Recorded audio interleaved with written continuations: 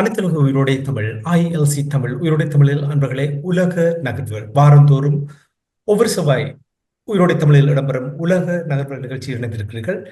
உலக நகர்வு நிகழ்ச்சியில் எங்களோடு பிரித்தானியாவிலிருந்து போரியல் ஆய்வாளர் அரசு அவர்கள் இணைந்து உலக நகர்வுகளை அவதானித்து உயிரோடை தமிழ் உறவுகளுக்கு எடுத்து வரும் நிகழ்ச்சியாக இந்த நிகழ்ச்சி இடம்பெறுகின்றது.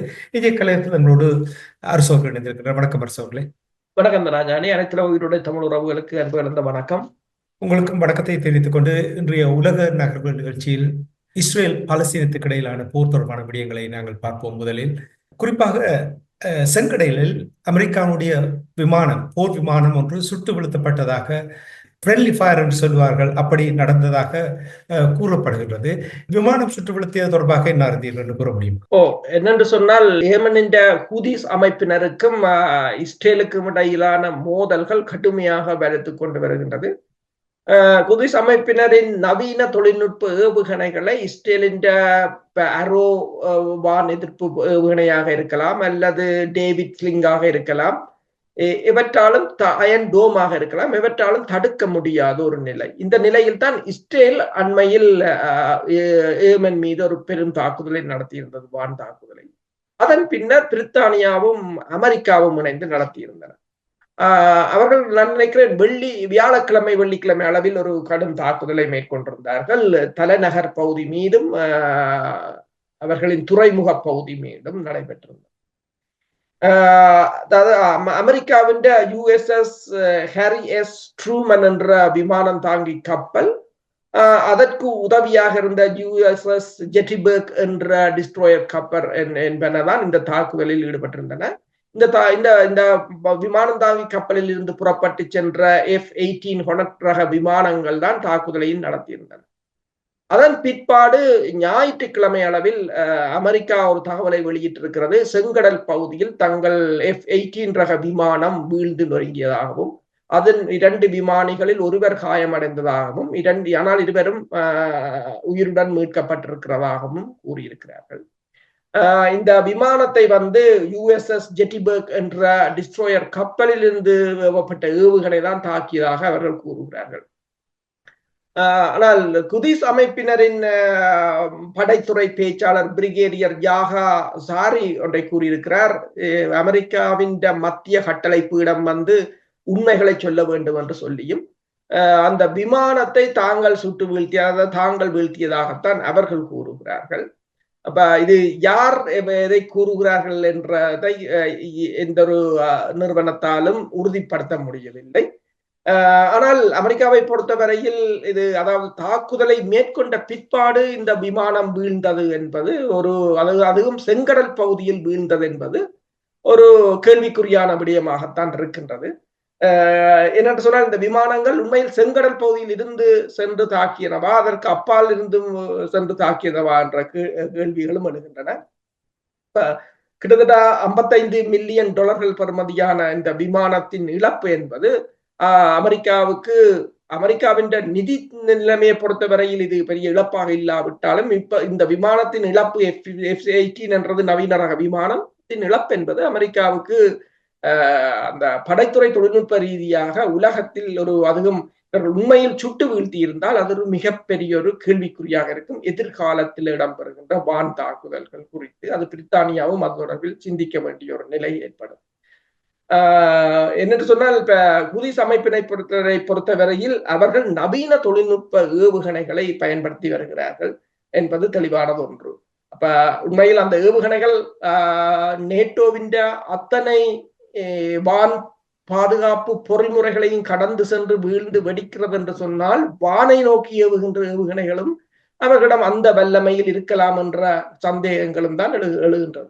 உண்மையாக இது பெரிய ஒரு கேள்விக்குறியாகத்தான் இருக்க போகிறது. அதாவது நவீன ரக போர் விமானத்தை இவர்களால் சுட்டு வீழ்த்த முடியுமா என்று சொன்னால், அதனுடைய தரம் ஒரு கேள்விக்குறியாக மாறுகின்றது போல் தெரிகின்றது. ஏனென்றால் இப்பொழுது நவீன தொழில்நுட்பங்களை பயன்படுத்துகிறார்கள் என்றால் அவ்வளவு இலகுவாக இவர்கள் சுட்டு விட்டார்கள் என்றால் ஏதோ ஒரு குறைபாடு இருப்பது போல் தான் தெரிகின்றது இல்லையா? அது மட்டும் இல்லாமல் இப்ப நீங்கள் கூறும் பொழுது ஹூதிஸ் அமைப்பு தொடர்பாக ஏமன் நாட்டில் இருக்கிற ஹூதிஸ் அமைப்பு தொடர்பாக நீங்கள் கூறும்பொழுது சமீபத்தில் தானே இஸ்ரேல் போய் தாக்குதலை நடத்தினார்கள், அமெரிக்காவை தாக்குதல் நடத்தினார்கள், பிரித்தானியாவை தாக்குதல் நடத்தினார்கள். அப்படி என்றால் அவர்களை முற்றுமுழுதாக அழித்தொழிக்க முடியவில்லையா? உண்மைதான். என்னென்று சொன்னால் அவர்களை பொறுத்தவரையில் அவர்களின் பலம் வேறு, சிரியாவோ அல்லது ஹமாஸின் பலம் அல்லது ஹிஸ்புல்லாக்களின் பலம் வேறு. அவர்களுக்கு நேரிடையாக ஈரான் உதவிகள் இருக்கின்றன. இப்ப சிரிய போரை பொறுத்தவரையில் ஈரான் ஒன்றைத்தான் தெரிவித்திருந்தது. நாங்கள் பல தடவைகள் கேட்டிருந்தோம், உங்கள் படையினரை பலப்படுத்தி உங்கள் ஆயுதங்களை பலப்படுத்தி உங்களை பலப்படுத்துவதற்கு அனுமதிக்க சொல்லி. ஆனால் இஸ்ரேல் தங்களை தாக்கும் என்பதற்காக நீங்கள் மறத்து விட்டீர்கள். உண்மையில் அசாட் விட்ட அது பிழையாகத்தான் இருக்கிறார். அதைத்தான் ஈரான் காரணமாக கூறியிருந்தது. ஆனால் ஹுதீஸ் அமைப்பினை பொறுத்தவரையில் அவ்வாறானதாக இல்லை. கிட்டத்தட்ட இப்ப அண்மையில் கூட நாங்கள் பேசியிருந்தோம், கிட்டத்தட்ட 100க்கும் மேற்பட்ட பொறியியலாளர்கள் ஈரானில் பயிற்சி பெற்ற பிற்பாடு அங்கு சென்றிருப்பதாக தெரிவித்திருந்தோம். அப்ப இப்ப அவர்கள் இந்த வாரம் வெளியிட்ட அறிக்கையில் சொல்லி கூறியிருக்கிறார்கள், தங்களிடம் அதிநவீன தொழில்நுட்பங்களை கையாளக்கூடிய நிலைக்கு தாங்கள் வந்திருப்பதாகவும் அவர்கள் கூறியிருக்கிறார்கள். இந்த வாரம் நீங்கள் பார்த்தீர்கள் என்று சொன்னால் ஈரானின் பல்கலைக்கழகத்தில் கல்வியை முடித்துக் கொண்டு ஹிஸ்புல்லாவின், அதாவது இஸ்ரேலினால் கொல்லப்பட்ட ஹிஸ்புல்லாவின் தலைவர் ஹசான் நசரல்லாவின் மகன் இன்று, அதாவது இந்த ஞாயிற்றுக்கிழமை வெளியேறி இருக்கிறார் பாட்ட படிப்பை முடித்துக் கொண்டு. அப்ப அவர்களுக்கு என்னத்தை வாழ்த்தி அனுப்புகிறார்கள் என்று சொன்னால், ஈரான் உயர்மட்ட தலைவர்கள், அதாவது தந்தையின் வழியில் ஹிஸ்புல்லாக்களை வழி நடத்த வேண்டும் என்று சொல்லி, அவ்வாறுதான் அந்த அவர்களின் நிலைமை இருக்கின்றது. அப்ப இதே போலதான் ஹுதீஸ் அமைப்பினர். இப்ப இஸ்ரேல் யோசிக்கிறது ஹுதீஸ் அமைப்பினரை எவ்வாறு முறியடிப்பது. இப்ப என்னென்று சொன்னால், ஏமனுக்குள்ளேயே ஒரு எதிர்ப்பு படையணியை தோற்றுவித்து அவர்களை அங்கு மோத வைப்பதான்றது கூட இஸ்ரேலின் பாதுகாப்பு தரப்பினர் பரிசீலித்து வருவதாக ஊடகங்கள் தெரிவித்தது. அவ்வாறு இஸ்ரேல் சிந்திக்கின்ற நேரத்தில் ஹூதிஸ் அமைப்பினர் சூப்பர்சோனிக்கை ஏமன் பகுதியிலிருந்து டெலவீவுக்கு அனுப்பி இருக்கிறார்கள். இது தொடர்பாக இது என்ன தாக்கத்தை ஏற்படுத்தி இருக்கிறது? உண்மைதான். இந்த ஹைப்பர்சோனிக் ஏவுகணை பலஸ்டைன் 2 என்றுதான் அதுக்கு பெயர் வைத்திருக்கிறார்கள். அது இந்த வீடியோக்கள் தொடர்ச்சியாக வெளிவந்த வண்ணம் தான் இருக்கின்றன. 2க்கு மேற்பட்ட ஏவுகணைகள் இஸ்ரேலின் ஏவுகணைகள் ஏவுகணைகள் மேல் நோக்கி செல்வதை காணக்கூடியதாக இருக்கின்றது. அந்த ஏவுகணைகளை விலத்தி கொண்டு சென்று இது வீழ்ந்து வெடித்திருக்கின்றது. போது இஸ்ரேலின் வான் பாதுகாப்பு முற்று முழுதாக செயலிழந்து போய் நிற்பதாக அல்லது அதனை அவர்கள் மேவி விட்டதாகத்தான் பார்க்கக்கூடியதாக இருக்கின்றது. 16 பேர் காயமடைந்ததாக கூறினாலும், ஆனால் சேதம் என்பது அந்த வீடியோக்களில் பார்க்கும் போது மிக கடுமையான சேதமாகத்தான் இருக்கின்றது. இப்ப இதைத்தான் மத்திய கிழக்கின்ற ஒரு பேராசிரியர் ஒன்றை கூறியிருந்தார். உண்மையில் இப்ப ஹிஸ்புல்லாக்களோ அல்லது ஏமன் ஹூதிஸ் அமைப்பினரோ இஸ்ரேலின் உட்கட்டுமானத்தை தாக்க வேண்டும் என்று முடிவெடுத்து இருந்தால் பெருமளவான இத்தனைக்கு இஸ்ரேலை அழித்திருப்பார்கள் என்றுதான். ஏனென்ற இஸ்ரேல் தாக்குவது போல வைத்தியசாலைகள், பாடசாலைகள், பொருளாதார மையங்களை அவர்கள் தாக்கணும் என்று முடிவெடுத்திருந்தார்கள். அவர்கள் தாக்குவது முழுக்க இராணுவ நிலைகளைத்தான் தாக்குவதாகும். ஆனால் அவ்வாறு முடிவெடுத்திருந்தால் இஸ்ரேலை தரமட்டமாக்கி இருக்கலாம் என்று கூட அவர் கூறியிருக்கின்றார். ஏனென்று சொன்னால், இப்ப பாத்தீங்கன்னு சொன்னால் இந்த ஏவுகணைகளை அவர்களால் தடுக்க முடியாமல் தான் இருக்கு. அப்ப தடுக்க முடியாது இருக்கும் என்று சொன்னால் அவர்கள் இஸ்ரேலின் எந்த பகுதியையும் தாக்கலாம் என்றது ஒரு ஒரு கேள்விக்குறியாகத்தான் இருக்கின்றது இஸ்ரேலின் பாதுகாப்பு தொடர்பாக. உண்மைதான், பெரிய ஒரு கேள்விக்குறியாக இருக்கின்ற இந்த நேரத்தில் உங்களுக்கு தெரியும், காசாவில் நடைபெற்றுக் கொண்டு வருகின்ற இந்த போரை நிறுத்துவதற்கு, பேச்சுவார்த்தை நடத்துவதற்கு 90% சரியாக கொண்டு வந்து விட்டார்கள். இன்னும் 10% தான் கடைசி கட்ட பேச்சுவார்த்தை நடைபெறுவதாக கூறப்படுகிறது.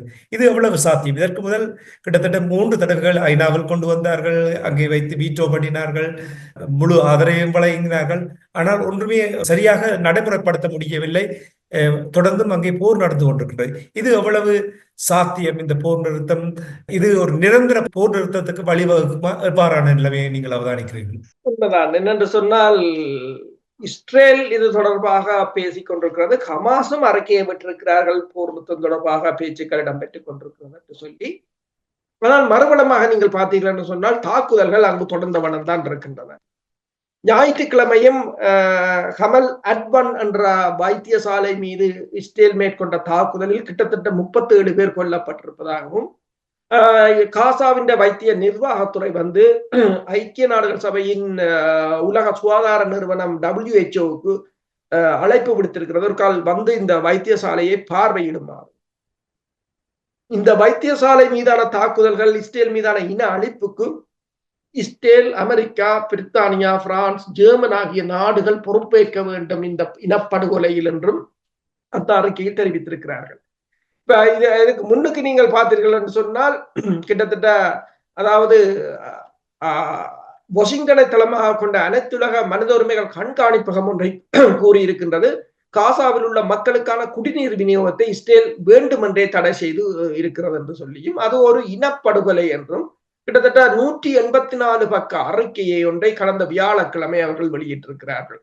அப்ப அதில் அவர்கள் என்ன கூறுகிறார்கள் என்று சொன்னால், கடந்த வருடம் அக்டோபர் மாதத்தில் இருந்து இஸ்ரேல் காசா பகுதி மீது தாக்குதல்கள் நடத்தி வருகின்ற அதே சமயம் திட்டமிட்ட வகையில் குடிநீரை தடுத்து வருகிறது என்று சொல்லியும், பொதுமக்களை பெருமளவில் கொல்ல வேண்டும் என்ற நோக்கத்திற்காகவே இஸ்ரேல் குடிநீரையும் தடுத்து வருகிறது என்று அவர்கள் கூறியிருக்கிறார். அதாவது மத்திய கிழக்கிற்கான அதன் பணிப்பாளர் லாமா பகித்தவர்கள் கூறியிருக்கிறார். அங்குள்ள மக்களில் 115 மக்களிடம் நேர்காணல் கண்டுதான் அந்த அறிக்கையை அவர்கள் தயாரித்திருக்கிறார்கள். அதில் அவர்கள் கூறியிருக்கிறார்கள், இஸ்ரேல் 4 வழிகளை கையாளுகிறது என்று. முதலில் குடிநீர் இஸ்ரேலில் இருந்து வரும் குடிநீருக்கான குழாய்களை மூடி இருக்கிறார்கள். பிறகு நீர் இறைக்கும் இயந்திரங்களுக்கான மின்சாரத்தை தடுத்திருக்கிறார்கள். 3வது கழிவு நீர் செல்லும் வாய்க்கால்களை தடுத்து இருக்கிறார்கள். 4வதாக இதனை திருத்துவதற்காக செல்லும் தொழில்நுட்பவியலாளர்கள் கருவிகளையும் தொடர்ச்சியாக அழித்துக் கொண்டிருக்கிறார்கள் என்று கூறியிருக்கிறார்கள். அதே சமயம் இந்த எல்லைகளற்ற மருத்துவர் அமைப்பு என்று சொல்லுகின்ற அமைப்பு அது கூறியிருக்கின்றது, இந்த இஸ்ரேல் வந்து வைத்தியசாலைகள் மற்றது மருத்துவ பணியாளர்கள் வைத்தியர்கள் மீது மேற்கொண்டு வரும் தாக்குதல்கள் வந்து ஒரு இன அழிப்பு என்று சொல்லியும், கடந்த 14 மாதங்களில் தங்களின் பணியாளர்கள் மீது கூட 41 தடவைகள் தாக்குதலை நடத்தி இருக்கிறார்கள் என்றும் கூறியிருக்கிறது. ஆனாலும் அங்கு தாக்குதல்கள் தொடர்கின்றன. போர் நிறுத்தம் தொடர்பாக பேசுகிறார்கள். அமெரிக்காவின் அதிகாரிகள் பலமுறை வந்து விட்டார்கள். இப்ப பிளிங்கன் கூட கிட்டத்தட்ட 1 டசனுக்கு மேற்பட்ட பயணங்களை மேற்கொண்டு விட்டார். எதுவும் அங்கு நடைபெறுவதாக இல்லை. இது அவர்களுக்கு தெரியும், அவர்களால் நிறுத்த முடியும். அவர்கள் வேண்டுமென்றே செய்வதாகத்தான் இருக்கின்றது. ஹமாஸை பொறுத்தவரையிலும் அவர்கள் தங்கள் கோரிக்கைகளில் இருந்து விலகுவதாக இல்லை. இப்போ இந்த வாரமும் இஸ்ரேலில் மிக பாரிய போராட்டங்கள் இடம்பெற்றுக் கொண்டிருக்கின்றன. இந்த தற்போதைய இஸ்ரேலிய அரசு பதவி விலக வேண்டும் என்று போராட்டங்களை அவர்கள் தொடர்ந்து மேற்கொண்டு கொண்டுதான் இருக்கிறார்கள். இதே நேரத்தில் இஸ்ரேல் மீது நிறைய ஈரான், சிரியா, பாலஸ்தீனியம், லெபனான் போன்ற நாடுகள் தாக்குதல் மேற்கொண்டு வருகின்ற நேரத்தில் நிறைய நாடுகள் அவர்களுக்கு எதிராக தங்களுடைய கருத்துக்களை வெளியிட்டாலும் 4-5 நாடுகள் நேரடியாக நடவடிக்கைகள் எடுத்திருக்கிறார்கள். அதில் அயர்லாந்து முக்கிய பங்கு வகித்திருக்கிறது. அயர்லாந்து தொடர்பாக அதிருப்தியில் இஸ்ரேல் தன்னுடைய தூதுவரத்தை மூடியிருப்பதாக செய்திகள் வருகிறது. இது தொடர்பாக என்ன அறிந்தீர்கள்? அயர்லாந்து வந்து இஸ்ரேலுக்கு எதிராக பல கருத்துக்களை வெளியிட்டிருக்கிறது. ஆயுத தடையாக இருக்கலாம், இஸ்ரேல் மீது தடைகளை கொண்டு வர வேண்டும் என்றதிலே அயர்லாந்து உறுதியாக நிற்கிறது. அதே போலதான் பல நாடுகள், இப்ப ஸ்பெயினாக இருக்கலாம், இத்தாலியாக இருக்கலாம், இப்ப பிரித்தானியா, ஜெர்மன், பிரான்ஸ், அமெரிக்காவை தவிர மற்ற ஐரோப்பிய நாடுகளில் பல மாற்றங்கள் இடம்பெற்று.